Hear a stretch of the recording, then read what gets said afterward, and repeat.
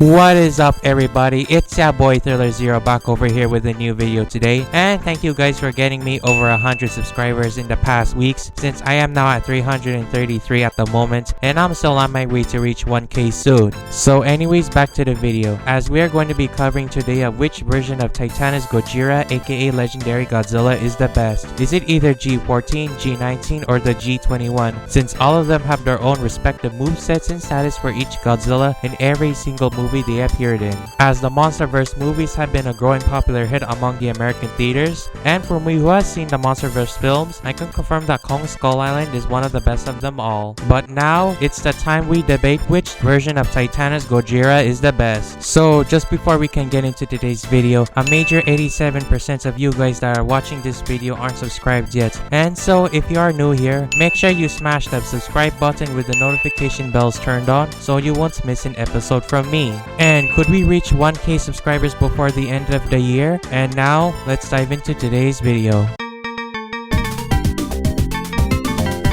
Now first, let's begin off with my least favorite version of Legendary's Godzilla, starting off with the chronological order, Godzilla 2014. As he costs you at around 20k G-cells, which is cheaper than what you expected, and he has simple melee attacks that are pretty decent to begin with, like the Claw Shed, Titanic Impact, and Tyrannical Rumbling, which does a small area of attack effect. And finally, the Atomic Firestorm, which has a very long winding up charge for this attack, leading up to opponents having a chance to escape or attack you on sight, but it still has pretty decent damage to begin with. And finally, it has the longest roars in the game, as well as allowing your opponent to attack you while you're performing your long roar, which is also another flaw as well. Although it's not really my recommended kaiju for PvP, as you can get wrecked many times. While most say it's useful for underwater combat, I'd say this kaiju is just not favorable at all times, even though the 2014 movie made him a lot menacing than the other two Godzilla films that we're going to be discussing about next.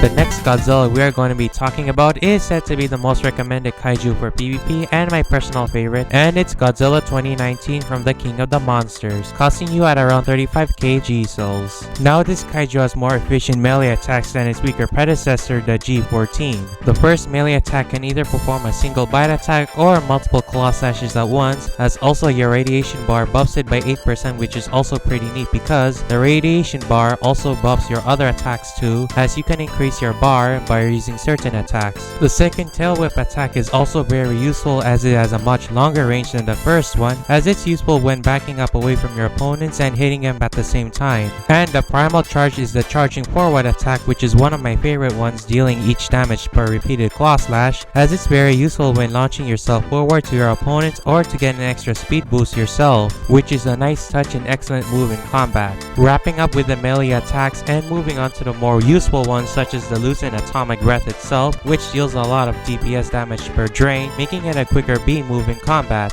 and useful when your opponent is quite far away from you. And finally, drains radiation but gets a 28% damage buff when your bar is activated. And finally, the Imperial Smite, which is a pulsing attack. When you perform a stomp once, you have 20 radiation points active. After performing the attack, it creates a shockwave suspending any kaiju in flight and a crater, which deals damage to its surrounding area. And the Healing V effect, which requires the use of 48 radiation points, and it heals 25% of your health, as it also becomes more effective with the more health you have. He can easily match up against most kaijus in a fight if you have enough skill for him at PvP, and is the most fastest. The skill points I use for this build are 4 regen points, and the other rest goes with the health and damage. Plus, I max all this all the way out just to get Monster Zero. And now, let's head on to the GVK incarnation of Godzilla, G21.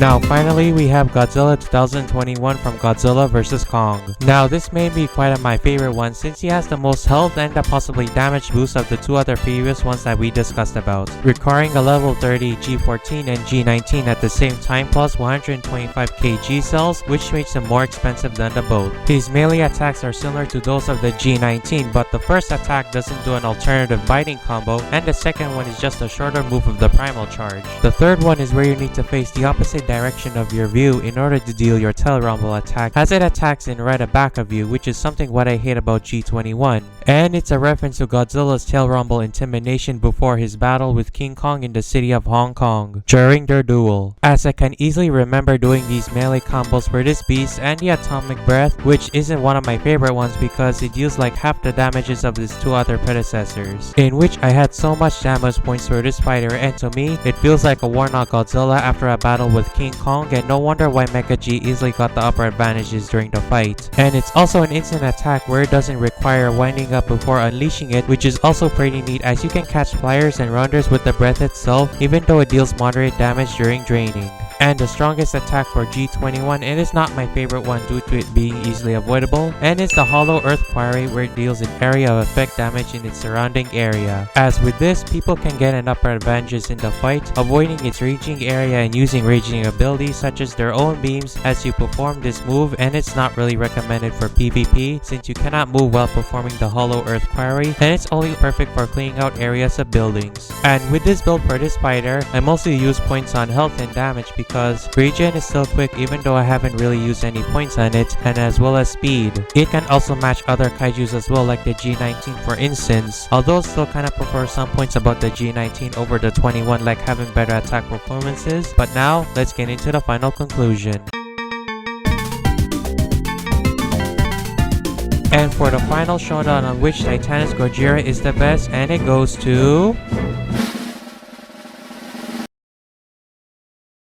Godzilla 2019. However, G14 is not my favorite one. G21 may be tankier and presumably a bit stronger, but G19 has the skill and power to mow down its foes with ease if used correctly, and is faster than the two, as you can do broken combos with this kaiju. His atomic breath can deploy quicker and drains more damage than the both, with an extra damage boost thanks to its radiation bar with its melee attacks as well, and thanks to the radiation bar, it also gives you off an ability to heal yourself as well. Plus, don't forget it also has a better area of attack than the G21's Hollow Earth Quarry move, as it can suspend flying kaijus in the air and heavily damages any nearby foes. It's like the heavily upgraded version of G14's Titanic Rumble. So I hope you guys enjoyed this video and agreed on which version of Titanus Godzilla is the best in Kaiju Universe. And so if you want to see more videos like this, make sure you punch that subscribe button with the notification bells turned on, smash that like button, join my Discord server, and follow me on Twitter, and see you guys on the next Thriller episode. Ciao.